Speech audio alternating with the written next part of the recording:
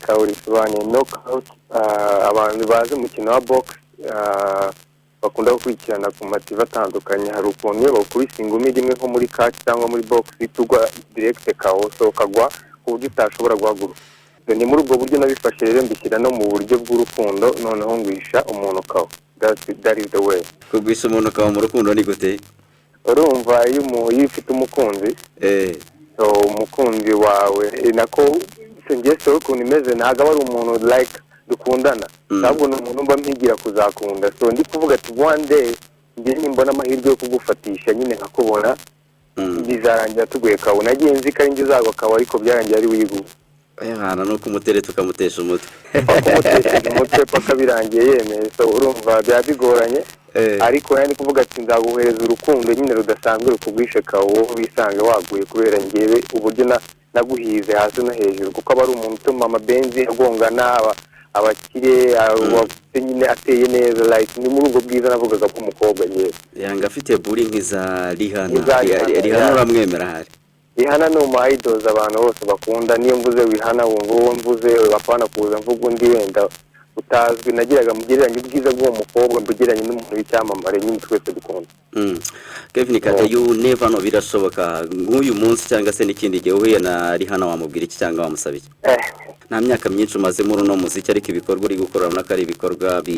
biri gukundwa n'abanyarwanda muri rusange ubundi purpose yawe muri muziki ukinjiramo mvaga ari iyi njye nifuzaga ko ikindimo kitaguma kuri njye gusa kubera ko nahoraga niririmbira iteka nkumva mfite ishyaka ryo kuzaririmba noneho ntiririmbira gusa ndirimbira abantu muri rusange atari ukuvuga ngo ni abanyarwanda gusa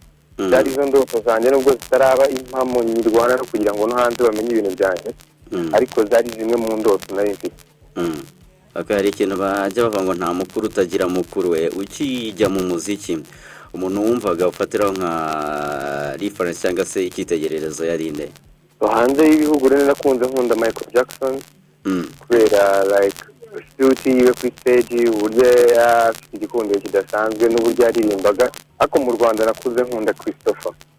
navuze Michael Jackson yimita nkompara na za dance njya mbona mu ndirimbo zawe koko baramukundaga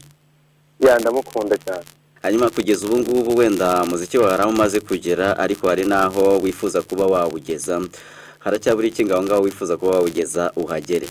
urebye ibibura ni byinshi kubera ko umuntu aba agitangira ndacyari urusoro ndifuza gukora byinshi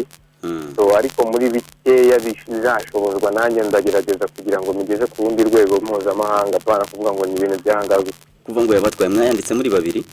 nayandikanye na bagenzi Bernard bafatanyije na Element ku ma melodies n'ibindi nk'ibyo ngibyo kubera ko aribo bayikoze Element agira kugeza ubu ngubu nava ko mu ndirimbo zawe ufite uretse iriya like you wakoranye n'ubundi n'abandi basore muhuriye muri Incredible ndetse na Miyamoro wakoranye na Riderman na Sofia n'abandi mbere hari andi makuru uri guteganya mu minsi iza mfite collabos ariko ubu ngubu ndahugiye ku bintu byanjye ku giti cyanjye nk'abantu nka making sure ko ibintu ngewe ari ngewe aho kugira nkorane n'abandi ntabwo ari byo ngiye kwibandaho muri ino minsi ariko na collabos zirahari muri iyi minsi uri kubona isi yugarijwe n'icyorezo cya coronavirus mu buryo bwo kwirinda ko cyakwirakwira ibitaramo byagiye bihagarikwa abahanzi ntabwo muri kubasha kugenda guperforminga ku mastage agiye atandukanye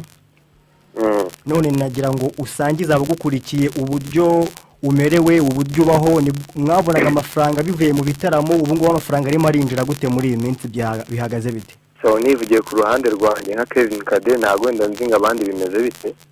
ariko nivugiye ku ruhare rwanjye ntabwo konsere zizo zatungaga abahanzi gusa abahanzi baramamazaga abahanzi bakuraga amapublicité abahanzi binjiriza ku mbuga nkoranyambaga ama YouTube ama Spotify n'andi ma streaming platforms yose ahantu ushobora kwinjiriza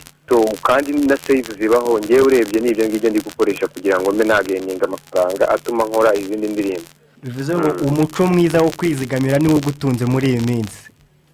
ntabwo ari umuco gusa wo kwizigamira kuko ntabwo wonyine watuma ukora video yemeze kuriya aba harimo no kuba like iyo igiye kuza miliyoni kandi ari ibintu bihemberwa urumva ibyo byose birahurira hamwe bigasanga bihuriye no kuba umuntu afite labels